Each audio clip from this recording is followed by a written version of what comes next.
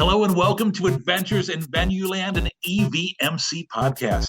Join us for this all-access pass backstage and behind the scenes with some of the brightest minds that cross the scope of the live event industry. I'm Dave Rettelberger. And I'm Paul Hooper. We'll introduce you to incredible guests who journey with us as we dive deep into the world of venues, tours, festivals, and everything in between. Grab your laminate and meet us in Venueland.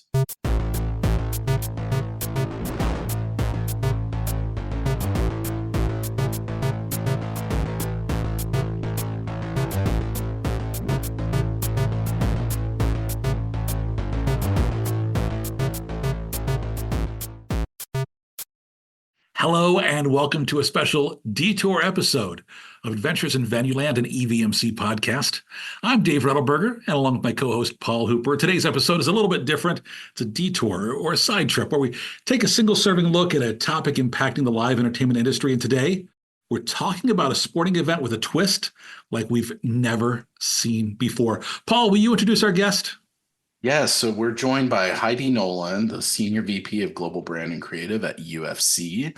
And obviously, we are talking about this incredible event at an incredible venue. And so, you combine those two things and you create something that's one of a kind that's never happened before. So we're talking about, UFC is going to be at the Sphere, which I'm sure we all know about the Sphere. And, other than some concerts that have been there before, this is really the first sporting event, right? You've had the NHL draft, but that's, more of a different type of format. This is live sports, which I think when all of us heard about the Sphere opening, it's kind of like, what are the type of events we can expect to see here? And everyone wondered, how could sports fit into this space?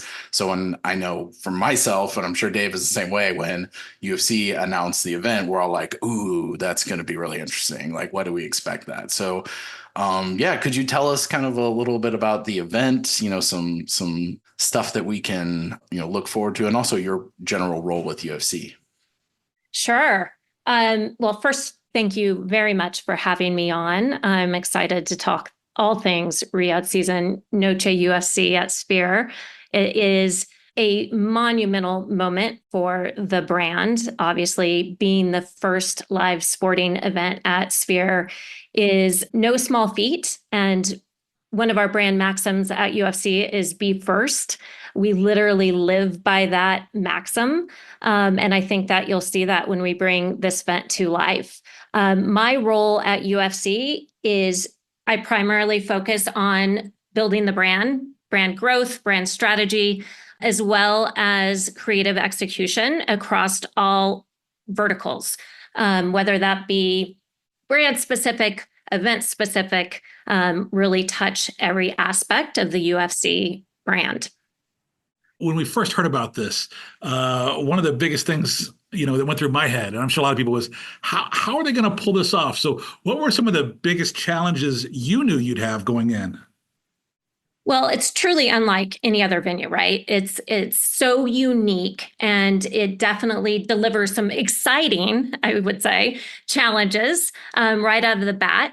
Unlike traditional arenas, the Sphere's immersive technology had us thinking differently out of the gate. 160,000 square feet of LED media display. It's crazy. Entirely crazy. Crazy environment, right? Yeah. Not only for the live audience, but for global viewers tuning in. So the overall challenge that we identified right away was figuring out how to adapt our production to leverage this cutting edge capability while still maintaining our core energy of a UFC event. Right. So one of I would say the biggest challenges by far was figuring out how to light the octagon without obstructing the crowd's view. If you think of this Sphere, it's a 360-degree environment. Yeah. And it's a full arena. Our lighting grid is center hung just beneath a venue's Jumbotron. It sits roughly 32 feet above the octagon, but a grid in the Sphere doesn't work. Yeah. So that was one of the biggest challenges, again, right out of the gate. And luckily, we brought on some very talented, smart people that helped us figure out how to light the octagon from behind the LED display plane. So that was just one of the challenges. Obviously, we had to think about the fights themselves. How do we reimagine how we present the fighters and the action?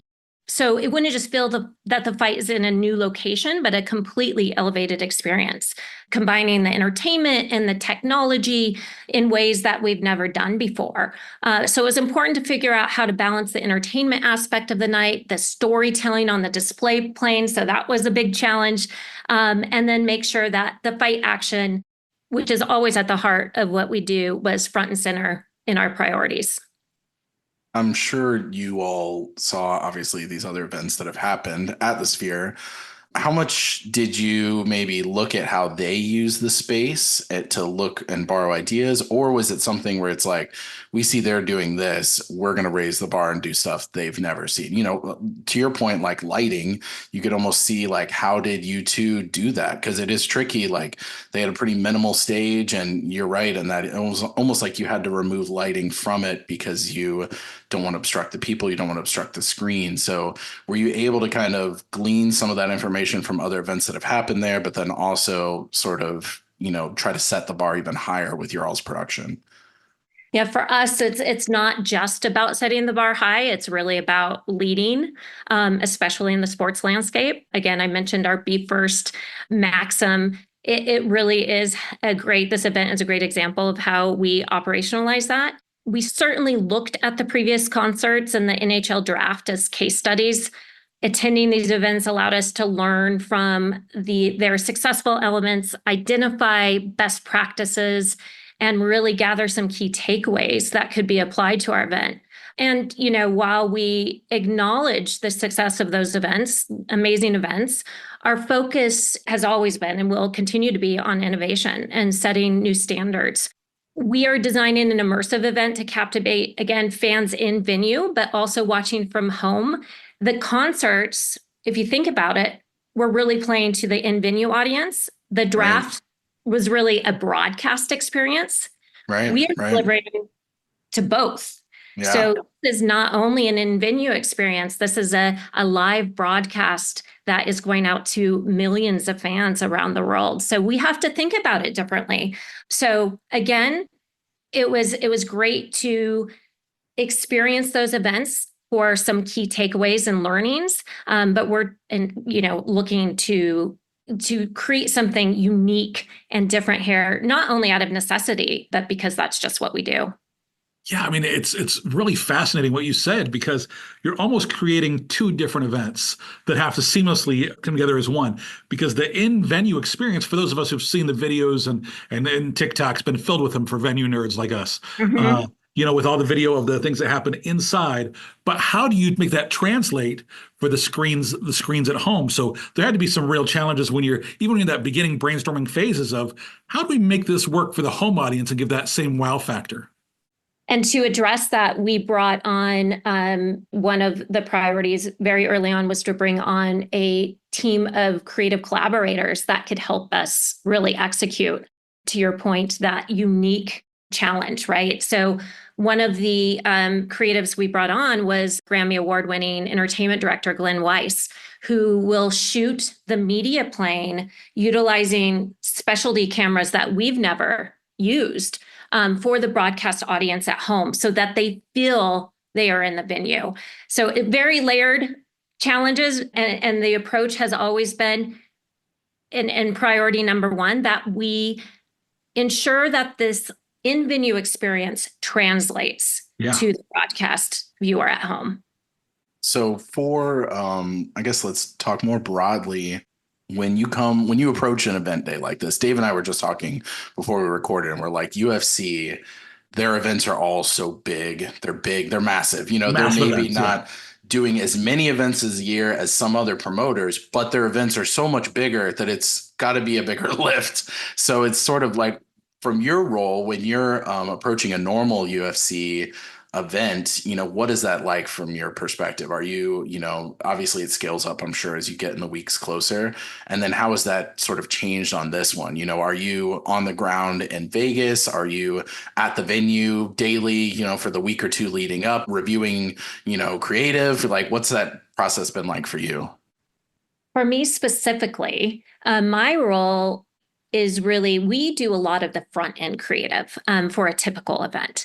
Our process for branding, messaging, and the creative execution for any given event starts roughly 6 to 8 weeks out from the event. Once we have a finalized fight card, we start the creative process, develop key art that then gets distributed to all of our partners, internal teams, external partners. We version them in different languages and really start hitting the ticket marketing right out of the gate, and work with our internal teams on executing a cohesive plan in the lead up to the fight.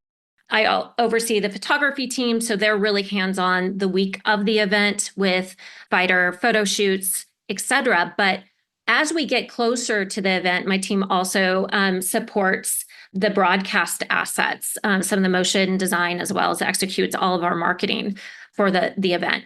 So as we get closer to the event, some of those levers pick up, some of them decrease. From a creative perspective, we have everything, in market. Yeah. The marketing plan starts to kick in closer to the event. We're supporting our digital and social teams, and then obviously executing some of the broadcast assets that need to get delivered to our trucks, our broadcast trucks. On site at the venue, depending on the market, we also are responsible for the fan experience. So if we have a big event like International Fight Week, we have a 2-day premium fan experience. That's a massive lift. If it's a traveling fan experience, if you will, that is a, execution the day of the event. Still a heavy lift, but the lift really varies by event. Nothing compared to this. So my role, I mean, it's hard to quantify the amount of time that I've put into the event, as well as the rest of the team, the other folks really leading the charge on this, because it has been, we started assembling our third-party collaborators back in December. That's roughly 9 months out. Probably not even early enough, to be honest. So the first group we brought on, you don't know what you don't know, right? Until you get in the weeds and you're like, oh my gosh. Exactly. Yeah. But also, this decision to hold the event at Sphere was a little less than a year from our last Noche UFC event. So, we really didn't have more time than that. And the first group we brought on was Silent House Productions, with Baz Halpin at the helm as our entertainment production team, because it was important that, going back to our early discussion on challenges, that we bring in a team that understood the entertainment space and specifically the nuances of the venue. Experts in the field of staging and lighting and the intricacies of the Sphere technology, because it's so vastly different than anything we've done before. So I was hands-on with the selection and identification of some of these collaborative partners, and very much early on in the creative brainstorming process, hands-on with that. We had to develop our fight kits, Noche UFC fight kits, back in March. The lead time for an event this scale is just so vastly different than our other events. So in April, roughly 5 months out, we started on the creative elements. And one of the first things we had to deliver was a holistic Noche UFC branding. I mean, at the time, we didn't have the fight card. So this was the brand campaign creative that would really lay the foundation and be the connective tissue for everything across the entire event, from marketing to broadcast to our partnership integration, consumer products, you name it. So we were really working on a timeline that was so different than our typical fight, while still holding, a fight every weekend. Right. You've mentioned Noche UFC a couple of times here, and for people who are listening who may not be familiar, talk a little about how what that means and kind of how you're bringing that into the Sphere and what you're doing there. So Noche UFC continues a great tradition in combat sports of holding big fights around Mexican Independence Day. our event, September 14th, is right before Mexican Independence Day. This is really a celebration of Mexican Independence Day weekend. And it's all about celebrating and honoring the remarkable contributions of Mexican fighters. We feel it's important to pay homage to the roots of the sport. It's always been integral and for several reasons within the UFC brand. Firstly, it honors traditions and heritage that have shaped the sport into what it is today. But also it's just a chance to acknowledge our global fight roster and our fan base. And so in the case of Noche UFC, celebrating Mexican Independence Day not only highlights the significant impact of Mexican combat sports, but also fosters a sense of pride and connection within that community. And what it did for us on the creative front is it really gave us a storytelling mechanism to visualize and bring to life on the media plane. So we have this narrative that starts at early civilization, and then the story arc continues through the night to the future of Mexico and combat sports. It's really a robust storytelling of the Mexican fighting spirit. And that Noche UFC can be seen across every aspect of this event. Again, I mentioned the fight kits. The fighter kits are designed specifically with that in mind, celebrating the Mexican fighting spirit. We've got the Aztec gods represented on the fight kits. The attributes that they represent are so inherent in the Mexican people.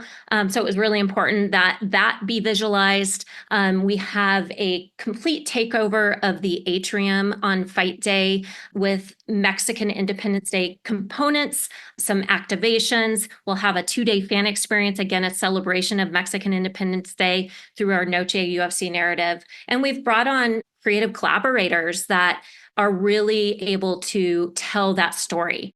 Carlos Lopez Estrada is creating a film that has these 6 chapters tell the story throughout the event on that media plane. We've worked with Jorge Gutierrez as a creative consultant on multiple aspects. So it's really important for us to be authentic and in that narrative of Noche UFC and celebrate Mexican Independence Day. And as Dana White, our CEO, has repeatedly said, this is a love letter to Mexico. I love that. That's awesome. So we're obviously recording this before the event. It will release shortly before the event. And I'm sure a lot of the creative things you have to kind of, leave as a surprise. But what teases can you give, especially us in live events? Because I'm sure there's question, Paul. I know there's going to be people that tune in like myself that are just like, they want to see how you pull it off, right? They want to see the production. They want to just nerd out. These are people working in venues all over the world. What kind of things can you tell us to keep an eye out for that maybe your average fan might not pay as much attention to, but venue geeks will get really, salivate over? With Noche UFC, we really intend to have some real wow, jaw-dropping moments. So I can't divulge too much, but know that it's, and I will give you some tidbits, but just really a holistic immersive experience throughout the night, from our prelims ingress all the way through egress, from the prelims to the pay-per-view card. And we're really utilizing all of the technology within the Sphere. So the media plane, you're going to see some very unique curation of content, from the film I mentioned already to these beautiful environments that will sit on the media plane after the films and during the fight action. Within these worlds, we'll have some fun Easter eggs and a little bit of a challenge for our fans. We also have a couple of physical tricks up our sleeves that I can't divulge, but it's definitely something you don't want to miss within the curated programming. We are utilizing Sphere's haptic seating technology. So a select number of seats will move or shake in response to sounds or movements during the film and definitely during the fight action. We will have 8 unique octagon girls, Mexican octagon girls. So this is unique to this event. 6 are native-born Mexican women and 2 are second-generation Mexican, and they will be costumed in traditional Mexican-inspired outfits aligned with the storytelling of the night. A real wow moment in my mind, and they're beautifully elaborate costumes designed by award-winning designer Marina Toybina. Very excited about that. And then overall, just the storytelling, bringing that Mexican cultural context motif to life throughout the set design and throughout the venue is something really to behold. That's some good inside info. We know you're so busy. I feel guilty even taking another minute of your time. Thank you so much for talking to us today. And any plugs that you want to throw out there if people want to follow along or learn more, what is the best place for them to go? We'll definitely go to ESPN.com for the pay-per-view. That's our broadcast partner in the US, and that's obviously live on pay-per-view. And then as well, you can find out more information on UFC.com. I'm sure your all social will be lit up with all Follow kinds us of on content. social. Yeah. Absolutely. Follow us on social. Awesome. Can't wait to see it. Thank you so much for the time today. Really, really appreciate you joining us here. Thank you so much. Really enjoyed it.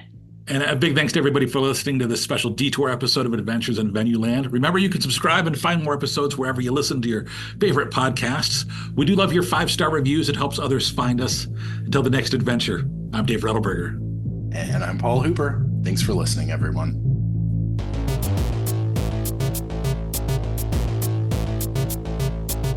Adventures in Venueland is a side project of the Event and Venue Marketing Conference, a marketing conference that brings together diversified event and venue professionals to cultivate education, collaboration, and innovation for the growing sports and live entertainment industry. Find out more at eventvenuemarketing.com. Audio editing and mixing by Camille Faulkner. Design and digital advertising by Megan Ebeck. Copywriting and publicity by Samantha Marker. Guest booking and brand strategies by Paul Hooper. Guest research by Dave Rettelberger. Marketing strategies by Paul Hooper, Megan Ebeck, and Samantha Marker. Thanks for joining us. Until the next adventure.